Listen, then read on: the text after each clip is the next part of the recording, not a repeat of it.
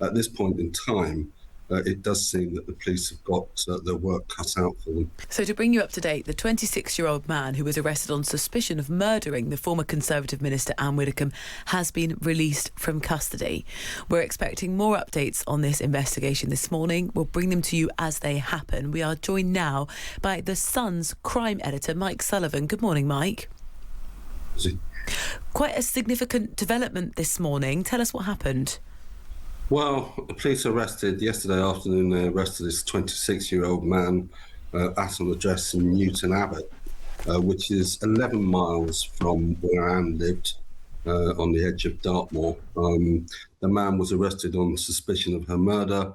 The police announced this at a press conference at tea time yesterday. Obviously, it was hoped that he would be a significant suspect, although they didn't say that at the time. This morning, they've announced that he's been released and is no longer a part of the investigation, which seemingly takes the investigation itself back to square one. Maybe they have information from having interviewed this suspect as he was that might take them further in terms of finding the person or those who murdered Anne. But at this point in time, it does seem that the police have got their work cut out for them.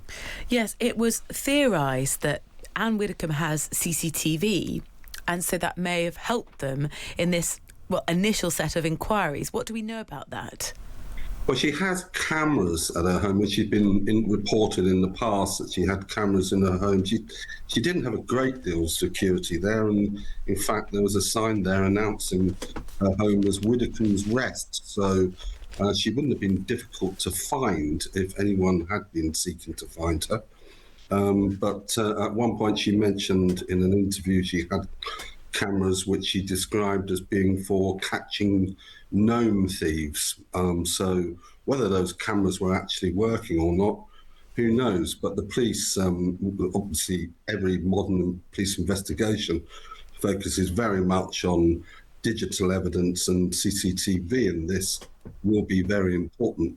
We don't know what led the police to arrest this 26-year-old man, but you can absolutely be guaranteed that they will be checking ANPR cameras in that area, any CCTV. However, it is a remote area, it's on Dartmoor, and so therefore you won't get as many CCTV, there won't be the proliferation of CCTV cameras which you'd have in an urbanised area. Yeah, and actually the Sun's been speaking to some of the neighbours around there. This isn't sort of a known crime hotspot. No, hardly so, but there was a neighbour who is unnamed but suggested that they'd seen a man in the middle of the night who was in a van dressed in a hiking outfit, but that's not absolutely confirmed. What we really know at the moment is not a great deal, but Anne had been due to appear on a Channel 5 programme on Wednesday lunchtime, and she didn't make that. Whether that's significant or not in terms of the timing of her death, who knows? Yeah. On Thursday morning, it's variously reported a carer, domestic assistants, and another media outlet was saying it was a member of the family who alerted police, but police were called at 11:40 on Thursday, discovered Anne's body, apparently in the kitchen of her home.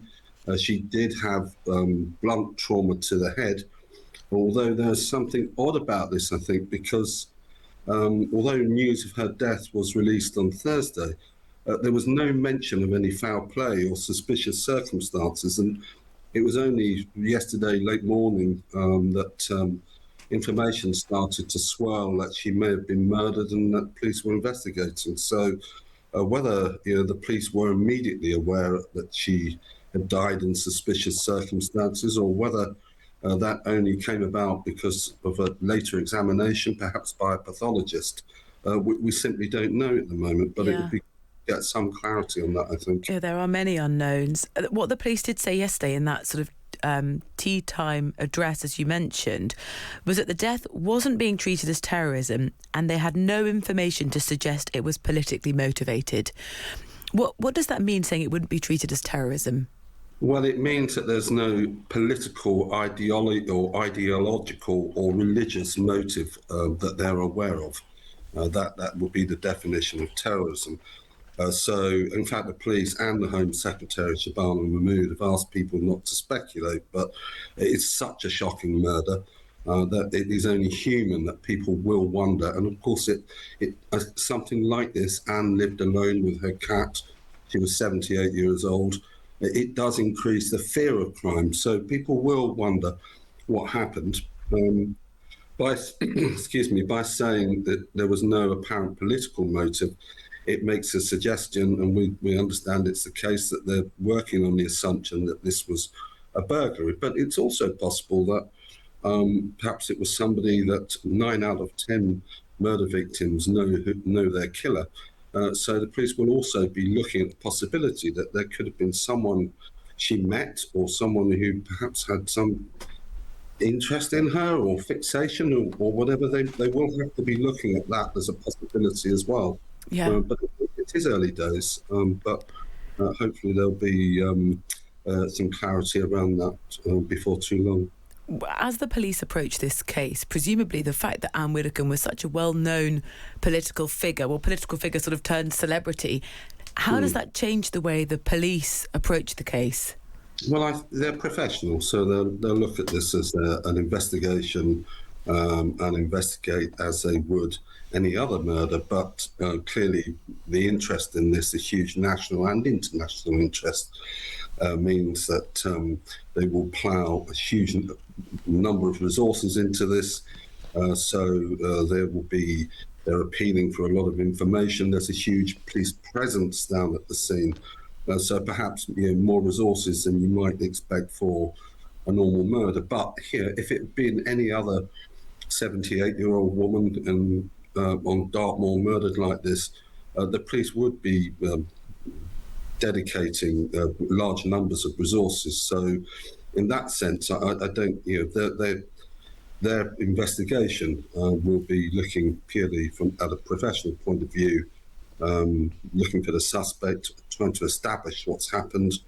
There will be tests carried out to establish the time of death. We don't know at the moment whether there was any signs of forced entry to her property, which might suggest it was burglary. Hopefully, these details will become a bit clearer today. Mike, thank you. Mike Sullivan, crime editor of The Sun, giving us the very latest update. What we've learned from Devon and Cornwall Police, as Calum said a few minutes ago, when they give a new statement, we'll bring it to you in full here. Yeah, it's one of those mornings, and actually you were kind of referencing it there with Mike, that it was a slightly odd one, because in the morning we had news from a news agency that Ann Widdecombe had died, and so we were preparing to report that news as per the conditions of reporting it. Then the news kind of broke earlier than had been expected, and at that point it sounded as though she had died, perhaps of old age or illness or whatever, and it was surprising and shocking, but there was nothing to suggest anything more than that. And then as the day went on, it developed into this awful tragedy that the police updated us on and announced the arrest of that 26-year-old man yesterday afternoon. And then early this morning, around just after 6 o'clock this morning, they've announced that he has been released and is no longer any part of the investigation at all. So clarity needed from Devon and Cornwall Police.